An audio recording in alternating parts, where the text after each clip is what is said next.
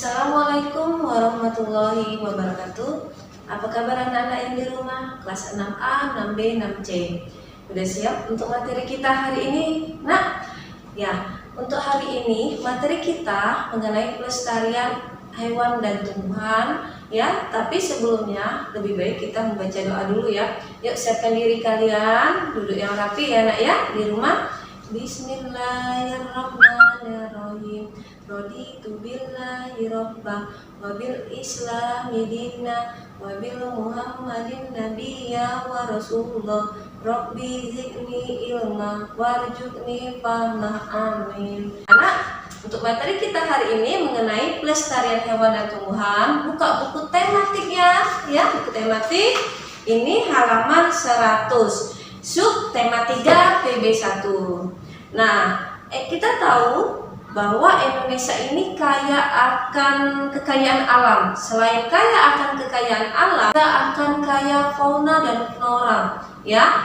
Nah, berbagai jenis fauna dan flora ini semakin lama semakin terancam kepunahannya. Sayang sekali kan kalau terancam punah dan habis, maka kita perlu melestarikan hewan dan tumbuhan tersebut.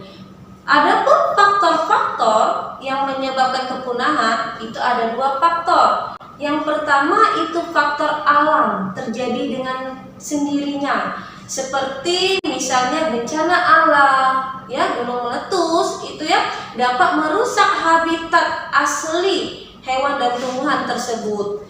Terus ya sulitnya beradaptasi ya dengan lingkungan yang sudah ada, karena di adaptasi yang sebelumnya ya mengalami kerusakan. Perkembangbiakannya menjadi lambat ya, contohnya seperti gajah. Gajah itu kita tahu untuk berkembang biak itu lambat, membutuhkan waktu yang cukup lama, makanya mereka akan terancam punah kalau tidak dijaga dengan baik.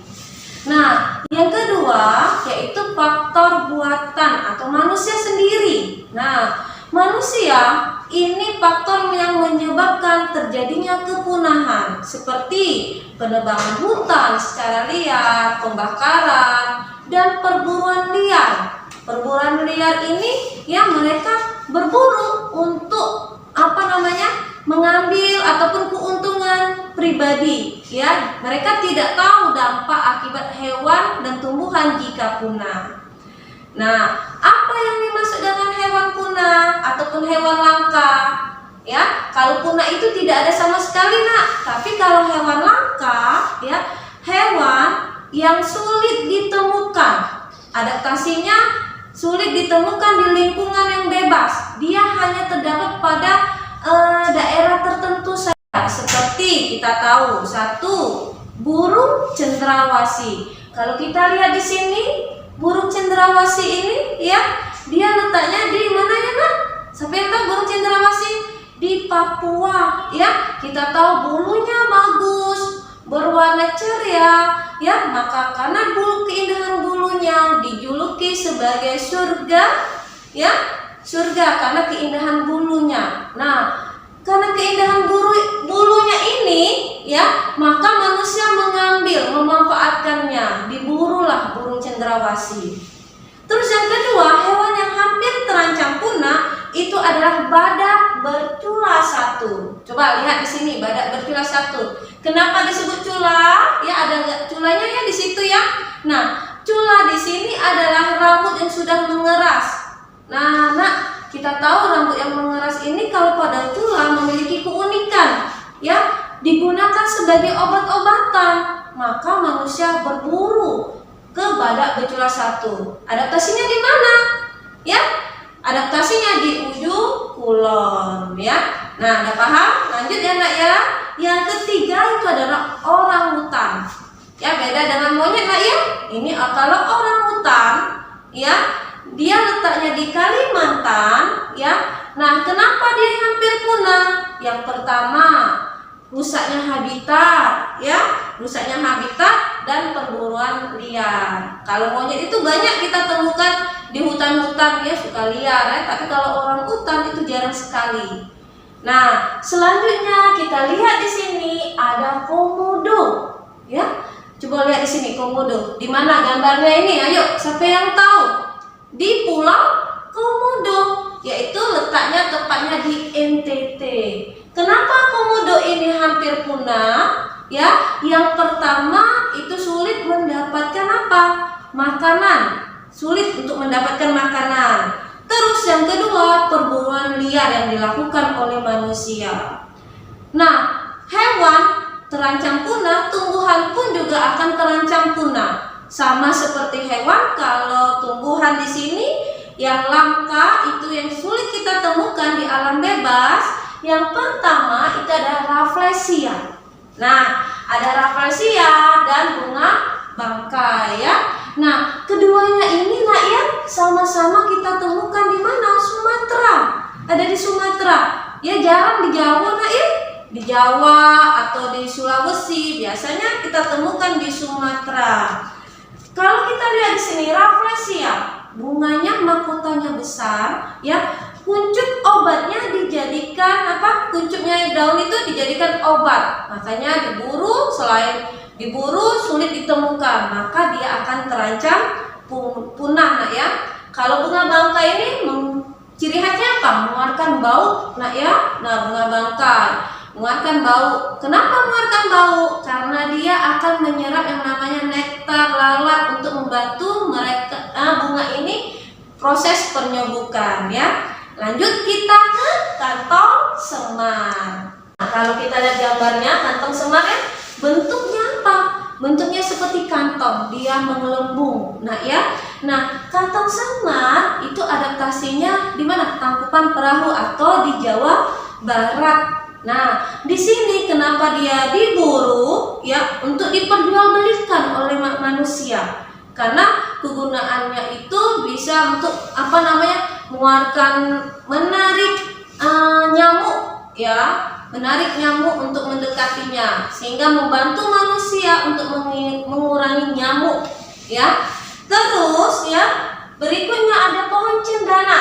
Nah, cendana ini mengeluarkan bau yang harum, terus digunakan sebagai rempah-rempah. Di mana nak daerahnya? Yaitu di NTT. Nah, ada lagi yang namanya gaharu. Nah, gaharu ini adalah gaharu ya.